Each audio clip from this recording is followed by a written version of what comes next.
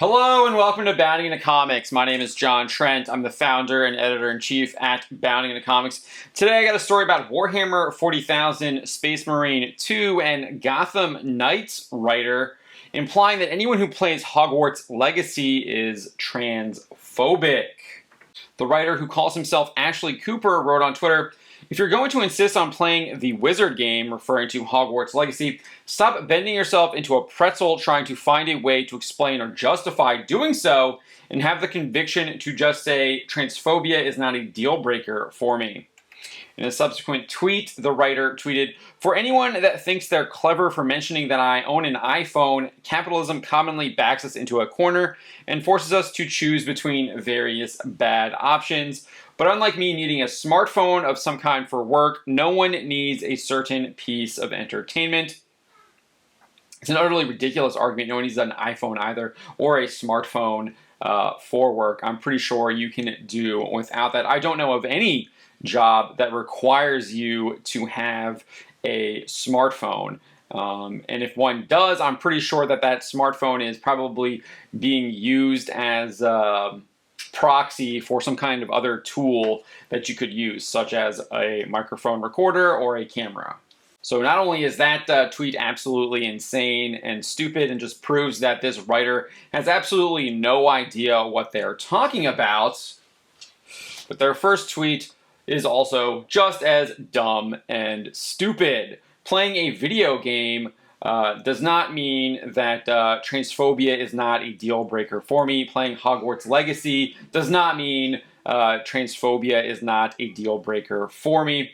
This is just a childish person screeching into the ether, hoping that they can convince people that their absolutely insane ideas are true. And it does appear that they've convinced a lot of people, as the tweet has, at least at the time that I took the screenshot, 8,641 likes. As for why Cooper is accusing people of transphobia if they play Hogwarts Legacy, no one really knows why this person is doing that, but it more than likely has to do with Harry Potter creator J.K. Rowling's stance on sex and gender. In a blog post shared to her website back in June 2020, Rowling explained her reasons for speaking out on sex and gender issues. Detailing one of her reasons, she wrote, "I'm concerned about the huge explosion in young women wishing to transition, and also about the increasing numbers who seem to be detransitioning, returning to their original sex because they regret taking steps that have, in some cases, altered their bodies irrevocably and taken away their fertility. Some say they decided to transition after realizing they were same-sex attracted, and that transitioning was partly driven by homophobia, either in society or in their families." In elaborating on this point, Rowling would also write, "I've read all the arguments about femaleness not residing in the sex body and the assertions that biological women don't have common experiences, and I find them, too, deeply misogynistic and regressive. It's also clear that one of the objectives of denying the importance of sex is to erode what some seem to see as the cruelly segregationist idea of women having their own biological realities, or just as threatening, unifying realities that make them a cohesive political class." Rowling would later write in the post, "But as many women have said before me, woman is not a costume, woman is not an idea in a man's head, woman is not a pink brain, a liking for Jimmy Choos, or any of the other sexist ideas now somehow touted as progressive. Moreover, the inclusive language that calls female people menstruators and people with vulvas strikes many women as dehumanizing and demeaning.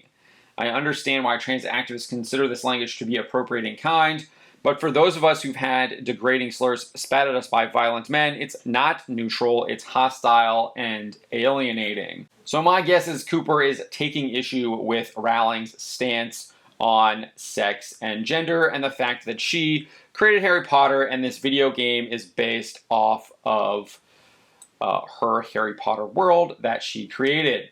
But what does this really mean to me? I mean, this means that I should avoid Warhammer 40,000 Space Marine 2 and Gotham Knights like the plague. If this lunatic was writing on both of these video games and is now calling people transphobic if they happen to play Hogwarts Legacy, one has to imagine, or I don't think it's a leap to assume that this person is putting that type of commentary, this pro-transgender commentary, or anti-biological sex commentary into Warhammer 40,000 Space Marine 2 and Gotham Knights, and I personally don't want to see any of that in a video game whatsoever. There's also other reasons to avoid these video games, not just based on Cooper's comments about Hogwarts Legacy.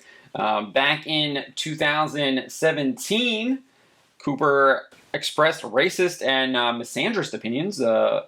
He wrote, "Let's not cast cis white man in stuff for a year and see what happens just for fun." In January 2018, the writer said, "Sorry, cishead white dudes, comics don't belong to you. Comics never belong to you." Also in 2018, Cooper tweeted, "Boycott any media that features a cis person playing a trans person.